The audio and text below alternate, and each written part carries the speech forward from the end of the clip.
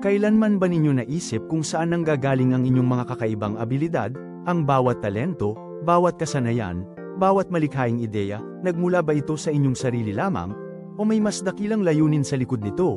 Isang kaloob mula sa itaas, sa aklat ng Eksodo, mayroong isang sagradong talata, akin siyang pinuspos ng Espiritu ng Diyos, at binigyan ko siya ng karunungan, kaalaman, at kakayahan sa lahat ng uri ng gawa.